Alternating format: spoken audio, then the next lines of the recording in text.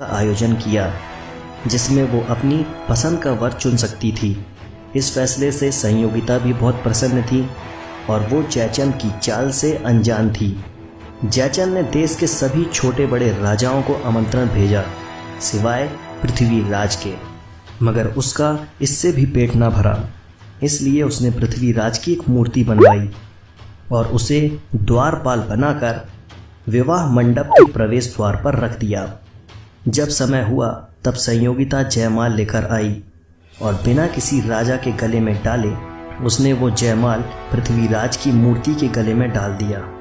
यह देखकर जयचंद और बाकी राजा सन्न रह गए, पर अभी कहानी खत्म नहीं हुई थी।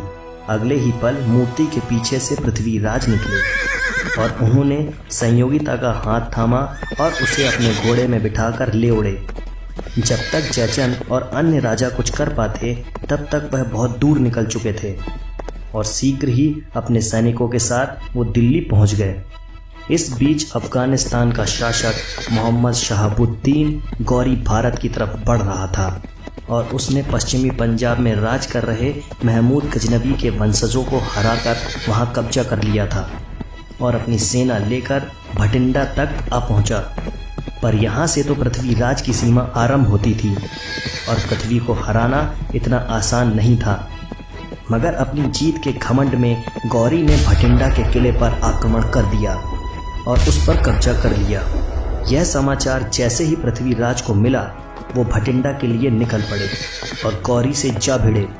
गौरी की सेना को पिछली जीत का नशा था, वहीं पृथ्वीराज की सेना देशभक्ति से ओतप्रोत थी। पृथ्वीराज स्वयं ही अपने सैनिकों को उत्तेजित कर रहे थे।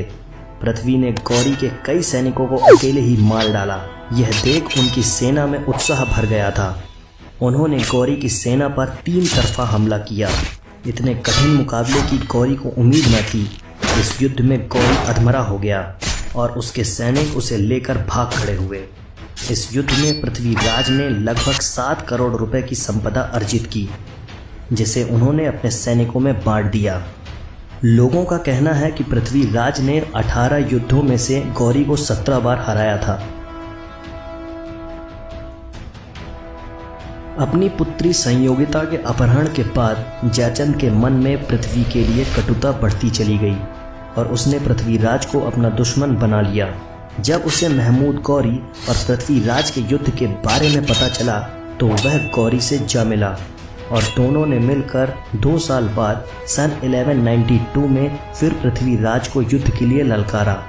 इस बार गौरी के पास 1,20,000 सैनिकों की विशाल सेना थी। पृथ्वीराज ने पिछली हार की याद दिलाते हुए गौरी को वापस जाने के लिए कहा। इस पर चालबाज गौरी ने अपनी सेना थोड़ी पीछे हटा ली ताकि वो छल कपट की नीति अपना सके। अपनी सेना लेकर लौटने की बजाय उसने अंदर ही अंदर अपनी तैयारी जारी रखी। पृथ्वीराज को लगा कि वो उनकी बात मान गया है। वो उसकी चाल समझ न सके और सामान्य रूप से अपना पड़ाव डाले रहे। फिर एक दिन बिल्कुल सुबह जब सैनिक पूजा पाठ में लगे थे तब गौरी ने अचानक हमला कर दिया और कत्ले आम मचा दिया और धोखे से पृथ्वीराज को चारों तरफ से घेर कर पृथ्वीराज और उनके प्रिय मित्र चंद बरदाई को बंदी बना लिया। धोखे की काट न वीरता से हो सकती है और न साहस से। आखिरकार पृथ्वीराज जैसा वीर योद्धा धोखे का शिकार हो गया। बंदी बने हुए पृथ्वीराज को जब गौरी के दरबार में पेश किया गया तब पृथ्वीराज की आंखों का तेज देखकर गौरी घबरा गया और उसने पृथ्वीराज को नज़र झुकाने को कहा। मगर पृथ्वीराज नहीं माने और कहा, सच्चे राजपूत की नज़र सिर्फ मृत्यु ही झुका सकती है और कोई नहीं। इस पर गौरी बौखला गया और उसने पृथ्वीराज की आंखें निकालने का आदेश दे दिया, पर पृथ्वीराज की आंखें अपने सामने झुका न सका और आखिरकार उन्हें अंधा कर कर कारागार में डाल दिया गया। पृथ्वीराज के राजकवि और उनके प्रिय मित्र चंद बरदाई से पृथ्वीराज की यह दुर्दशा सहन नहीं हुई। उन्होंने गौरी के दरबार में हाजिर होकर कहा कि पृथ्वीराज बिना देखे ही अचूक निशाना लगा सकते हैं। गौरी को इस बात का विश्वास नहीं हुआ और उसने इस सच्चाई को परखने के लिए पृथ्वीराज को दरबार में बुलाया।